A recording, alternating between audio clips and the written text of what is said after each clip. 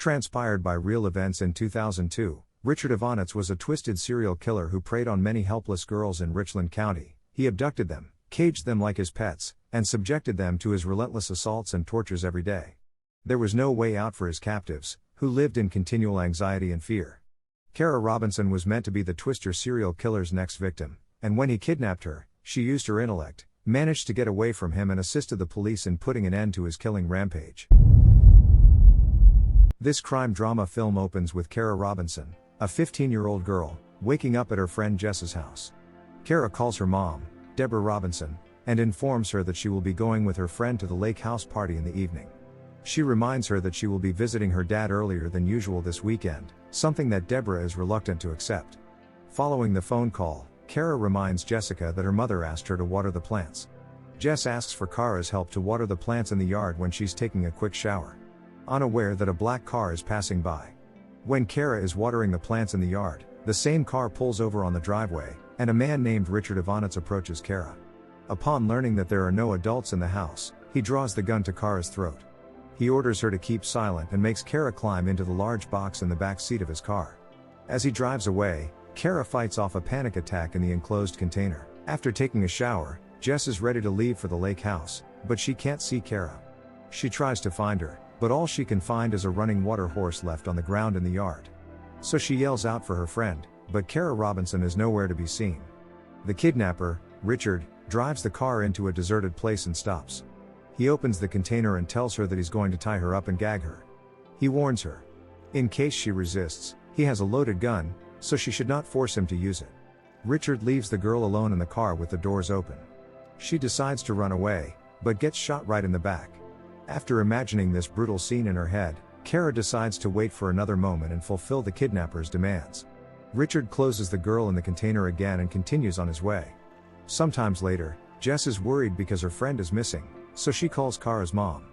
Hoping that maybe she took Kara on urgent matters, Deborah denies it and becomes worried about her daughter. Deborah finds the number of Kara's boyfriend, Ryan, and asks him if she is at his place, but it turns out that he also doesn't know where Kara is. At the adapter's place, Richard brings the container into his apartment. He warns Kara to remain quiet as he removes the restraints. Richard leads Kara into the bedroom, where the girl notices sexual paraphernalia on his bed. Richard sets out his rules. First, the kidnapper will always have a gun. Second, Kara must call him daddy. Third, she must do whatever Richard orders. And fourth, breaking any of these rules will result in dire consequences. Richard begins to write down all of Kara's personal information, starting with the names of relatives and their places of residence and ending with details about her sexual life. Richard orders her to stay quiet and lie on the bed, where he rapes her and takes her innocence. In all this pain, Kara reminds herself to follow the rules in order to survive. However, Deborah calls her ex-husband Ron and asks him whether he is the one who picked Kara up from Jess's place, which Ron strongly denies. Regrettably, Deborah informs him that their only daughter has been kidnapped, and then she calls the police to report the incident. But the police officers are reluctant and are convinced that Kara's disappearance is simply a runaway because it has only been 2 hours since her disappearance. Deborah vehemently disputes this, asserting that her daughter is responsible and should have called by now. Just before leaving, the officer advises them to wait until 72 hours have passed.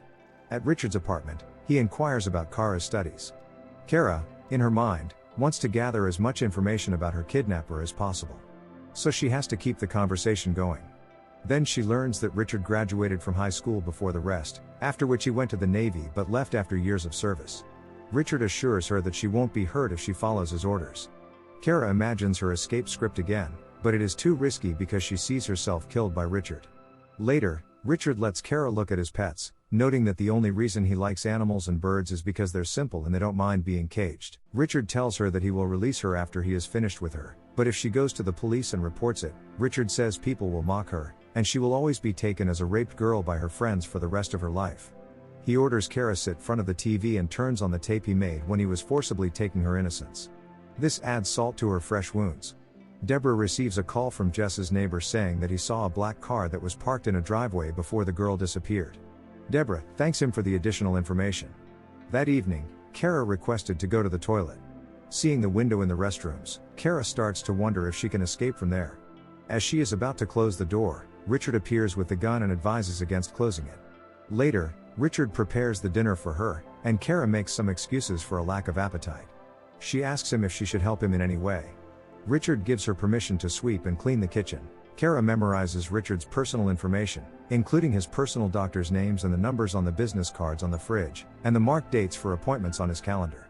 As Richard stands there watching Kara, he orders her to take off her shirt, and he forces himself inside her once more. At the police station, Deborah isn't happy with County Sheriff Dale Stevens. Because it seems he doesn't take her daughter's case seriously, he reluctantly promises to assign his best people to the case and orders Deborah to go home to have some rest.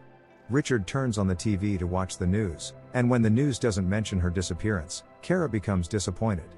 Now Richard is psychologically putting pressure on the girl, claiming that no one loves her and perhaps they didn't even notice her disappearance.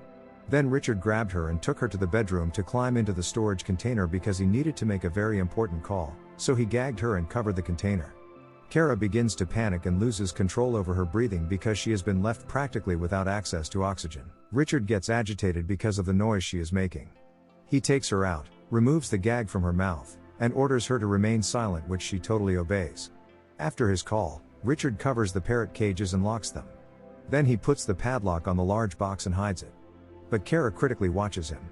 That night, after learning that Richard is busy brushing his teeth, she tries to leap through the toilet window, which Richard finds out about and takes her back to the bedroom. For his assurance, Richard chains Kara to the bed, and he mentions that he's very excited about his actions tomorrow. That morning Kara wakes up first when Richard is snoozing and realizes that this is her only chance to escape from the maniac. She unlocks the cuffs and frees her legs, after which Kara cautiously steps on her toes and moves out of the room. Once she stepped outside, Kara ran out of the complex straight to the main street. She stops the approaching car, and Kara explains to them that she was abducted. After pleading to be taken to the police, they accepted her inside the car. At Richland Police Station, she approaches the front desk clerk, who leads her to Lieutenant Aaron's office. Kara narrates to him how the stranger forcibly kidnapped and raped her several times under the threat of a gun for 18 hours. Kara says she doesn't remember the specific house because it's an apartment complex. Sergeant Bonnie Jennings interviewed the rescuers. However, they don't remember the exact apartment where the girl came from because everything happened too fast. Deborah receives a call from Lieutenant Aaron, who informs her that her daughter has been found. He hands the phone to Kara to support his discovery. Bonnie asks Kara if she can help the police identify the apartment where she was held because her rescuers don't remember as well. Kara feels vulnerable because of the torture she has suffered for the past 18 hours at the hands of a lunatic sex predator. Kara is persuaded by Lieutenant Aaron to give it a try. Pulling herself together, Kara goes with the cops in search of an apartment. But all the apartments look identical, so the lieutenant asks the maintenance man in the yard while describing the facial details of the kidnapper. To add more support, Kara moves out of the car and gives additional details about the pets in the captor's apartment. Thanks to the additional descriptions in the kidnapper's apartment, the man can remember a similar description as apartment number 301. The police officer contacts the dispatcher to send additional support to search the apartment. Aaron escorts Kara to the station, where she meets her mother, Deborah, and shares the tearful moments. Sometimes later at the apartment, after knocking and there being no answer, Sergeant Bonnie, Sheriff Jim Price, and Aaron break into the captor's apartment, but only to find he is not in the house. Kara is taken to the hospital, where Sergeant Bonnie arrives with a couple of photos to identify the rapist. Kara confidently points out Richard in slot number 4, who happens to have escaped, but she gets assured by Sergeant Bonnie that soon he is going to be apprehended. She asks Kara if he has any additional information that could help in allocating Richard's location. Then Kara reveals to the officer everything she memorized in Richard's apartment, down to his dentist and the doctor's personal number. Kara tells the cops to check the large box under the pet cages. Richard never wanted her to get close to it. At the apartment, when the cops open the box, the cops find many young girls' pants, a notebook, and newspaper clippings about the previous missing girl cases. Then the sheriff reports to the county chief, Dale Stevens, that the news clippings regarding the old cases of the other 3 missing girls were among the items found in Richard's apartment. Jim is convinced that after assaulting the girls, he kept them locked up for several days before drowning them in the swamp. The notebook contains potential targets and their daily routines, but Kara wasn't included, and the sheriff believes that Kara wasn't the actual target. According to Jim's assumptions, the girl was supposed to be Jess, but when he didn't find her outside, he opted to take Kara Robinson. But the conversation was cut short when Sergeant Bonnie informed them that Richard's mother, wife, and sister had agreed to cooperate in order to bring down the pedophile. Jim and Sergeant Bonnie head straight to Richard's mother's house, where they find a black car, which they believe Richard used to abduct Kara Robinson. Later, Bonnie visits Robison's residence, but Kara expresses her frustrations over the presence of many police officers at their house. Bonnie explains that it's for her safety because her adapter has not been arrested yet, he might come and hurt her. Kara doesn't like the situation, but she accepts Kara wants everything to go back to normal. So she informs Deborah about her plans, as she intends to visit her friend later in the evening. Deborah firmly rejects the idea, stating that she shouldn't go anywhere until her kidnapper has been arrested by the police. The conversation becomes argumentative, and Kara asserts that the tragedy will not affect her normal life, but the tempers calm down when Kara's friend Jess arrives at the house. Kara wants everything to act as normal as it used to. So she grants Jess the chance to ask her anything she would like to know about the incident, but Jess only replies that she wants to know if everything is right on her side. Kara reassures her that she's okay. And she is planning to go to the stadium in the evening to watch her boyfriend play baseball. Lieutenant Aaron asks Richard's wife, Crowley, about her husband. She states that she does not know his whereabouts and hasn't had any contact with him for the past few weeks. Richard's sister Stephanie arrives at the police station and reveals that Richard swapped her car and changed the plate license. She suspects that this isn't Richard's first time abducting and harassing the young girls. Stephanie confesses to Aaron that Richard contacted her yesterday and is likely to meet his new girlfriend at the motel. Lieutenant Aaron hands over his findings report to the sheriff with information about the motel where it is believed Richard will be staying tonight. Jim Price gives him permission to dispatch officers to the motel. Bonnie gets informed that Richard isn't in the motel, they only managed to find his shirt and pants in the lodge. Sheriff Jim Price believes that one of the family members tipped him off and escaped. Moments later, at Robeson's residence, Jim Price introduces himself to Kara as the new Richland County Sheriff. She assumes that he is also like others who want her to stay at home. His response surprised her when he said that he has not come to say that she was injured but to inform her that Kara was too strong to save herself, not only for herself but for the next victims who were found in Richard's notebook. Jim calls her a survivor, not a victim. He applauds her bravery because she managed to save more lives. He reassures her that after capturing her captor, it will prevent him from committing further crimes against humanity. On his way, the sheriff receives a call from Aaron and informs him that they have managed to detect Richard's call and that it is believed that he is on his way to meet his sister at the restaurant in Florida. Jim again gives him the go-ahead to dispatch police officers and patrol the streets. In the evening, Kara is going to baseball with her friend as they usually do, but Deborah pleads with her to stay at home because it's too dangerous. Kara ignores this by replying that she is determined to put her abduction and rape behind her. She can't let Richard take her innocence along with her normal life. Kara apologizes to Deborah and leaves. Somewhere in Florida, the dispatched police officers spot Richard.